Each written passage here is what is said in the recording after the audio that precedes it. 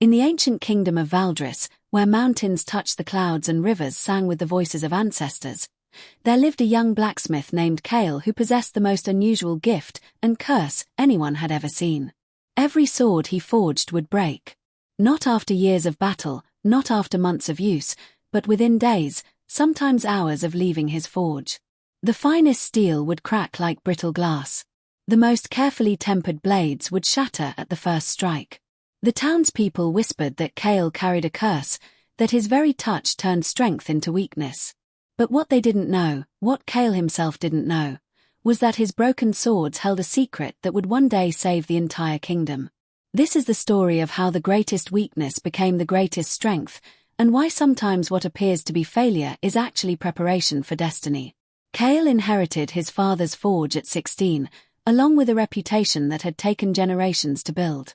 The family crest, a hammer striking an anvil beneath a crown, had adorned the finest weapons in the kingdom for over 2 centuries.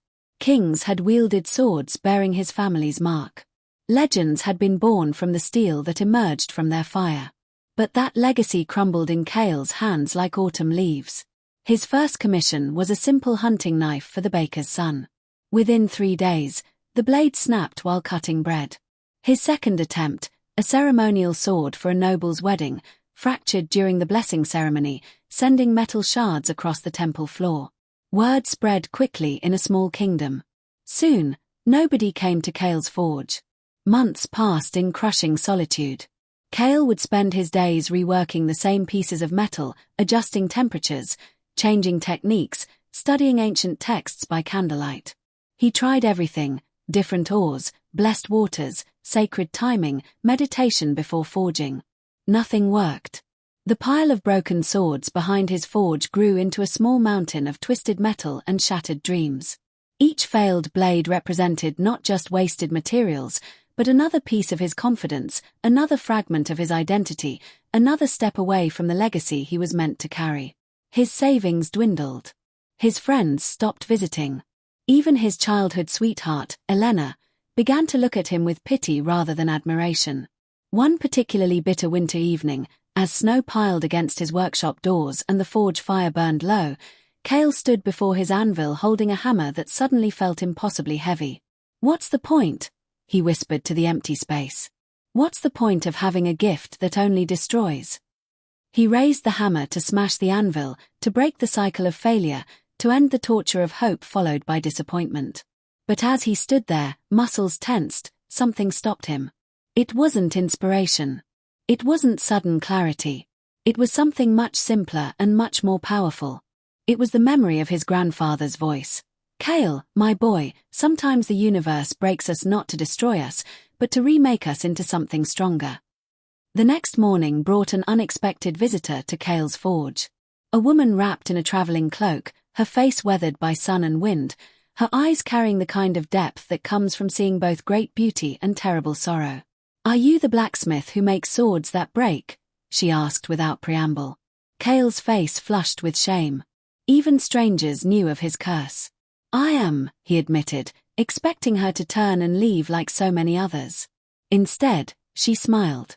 "Perfect. I need exactly that kind of sword."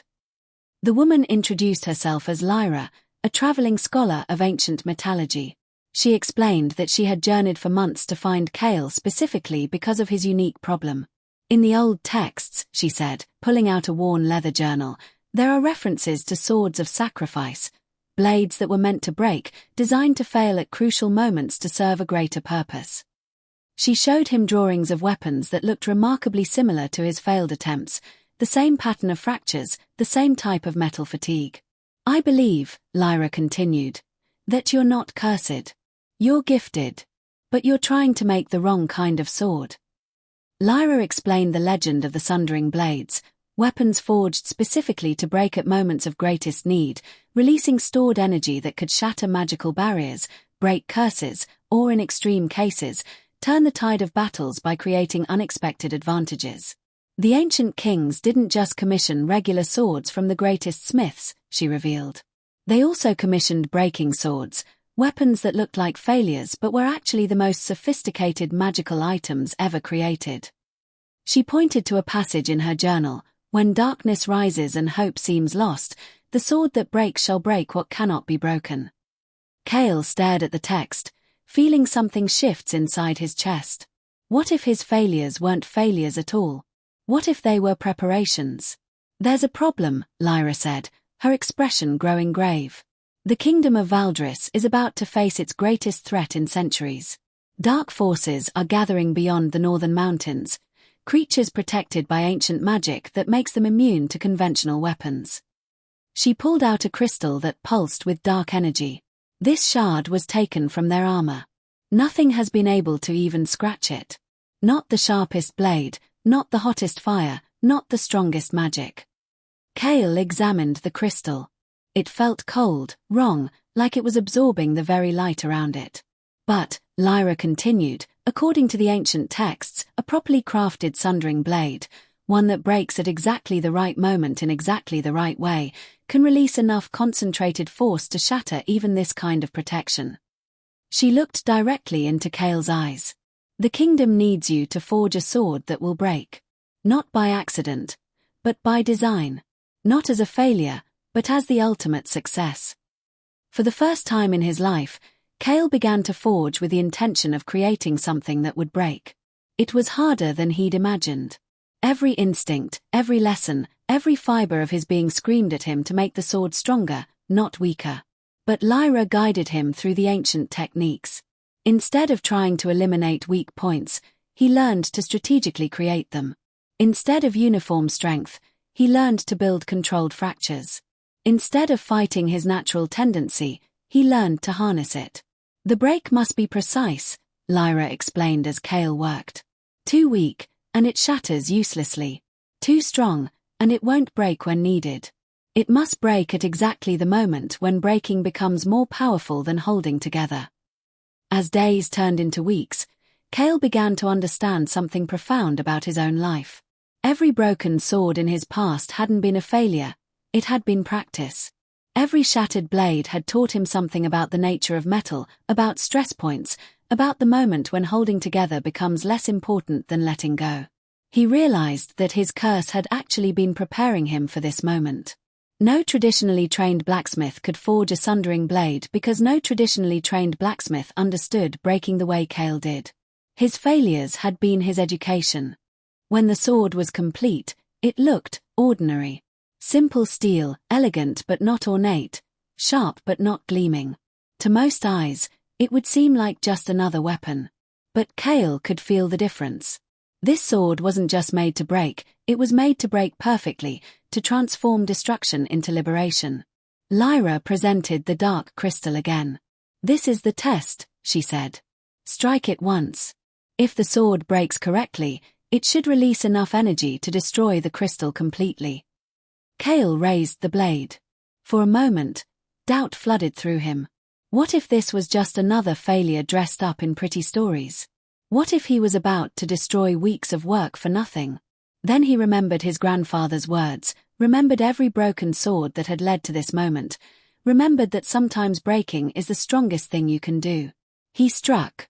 The sword shattered, but not randomly, not violently. It broke along every line he had carefully built into its structure, and as it broke, it released a pulse of energy that didn't just destroy the crystal, it annihilated it completely, leaving only sparkling dust. 3 days later, the dark forces arrived. Creatures of shadow and malice poured down from the northern mountains, their armor gleaming with the same dark energy as the crystal. The kingdom's army met them at the crying fields, and for the first time in generations, the legendary weapons of Valdris proved useless. Swords bounced off shadow armor like twigs. Arrows shattered on contact. Even the magical weapons of the court wizards had no effect. The army was being destroyed. Kael arrived at the battlefield carrying not one sundering blade, but 12. Working day and night, he had forged a dozen swords designed to break, each one crafted for a specific type of enemy armor. The soldiers looked at him with confusion and desperation. Here was the failed blacksmith, the curse-bearer, carrying weapons that looked unremarkable and claiming they could save the kingdom. "Trust me," Kael said to the captain of the guard. "Sometimes you have to break before you can win." The first strike came from Sir Marcus, the kingdom's greatest knight. He charged the largest shadow creature and struck with all his might.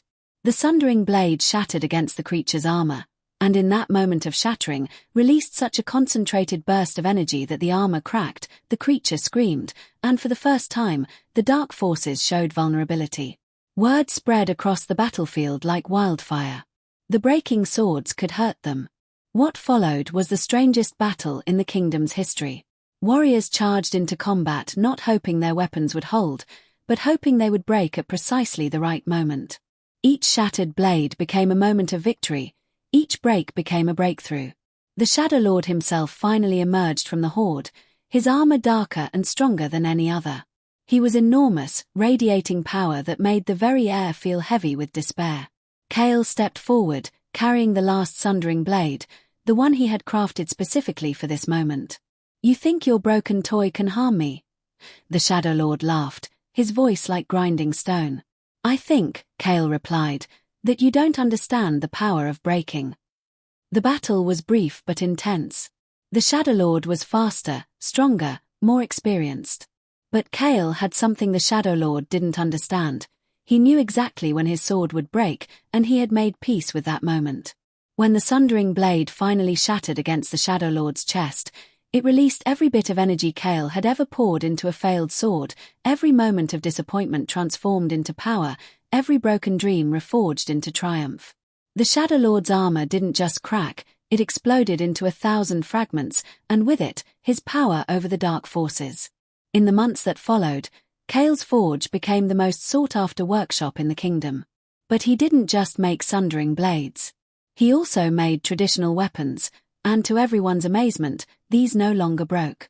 Understanding the art of controlled breaking had taught him the art of controlled strength. By embracing his supposed weakness, he had discovered his true power. Elena returned to his life, not out of pity, but out of admiration for the man who had turned his greatest curse into his kingdom's salvation. His friends returned, not because he was successful, but because he had shown them that success and failure are often the same thing viewed from different angles. But the most important change was in Kael himself. He no longer feared breaking, whether in his work or in his life. He understood that sometimes the most beautiful and powerful things come from moments of apparent destruction. Years later, when young apprentices would come to his forge, Kael would always tell them the same thing his grandfather had told him, but with a new understanding. Sometimes the universe breaks us not to destroy us, but to remake us into something stronger.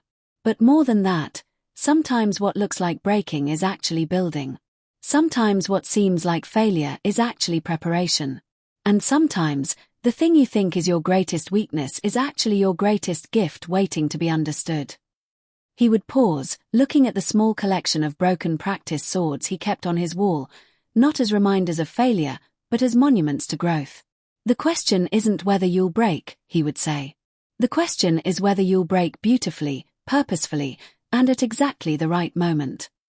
And so, the story of Kael the broken swordsmith became legend, passed down through generations as a reminder that our struggles are not punishments, they are preparations. Our failures are not endings, they are educations. Our breaks are not defeats, they are opportunities to become something new. In a world that often tells us to never give up, never surrender, never break, Kael's story reminds us that sometimes the most courageous thing we can do is break beautifully, trusting that in our breaking, we might find the very strength we need to face whatever comes next.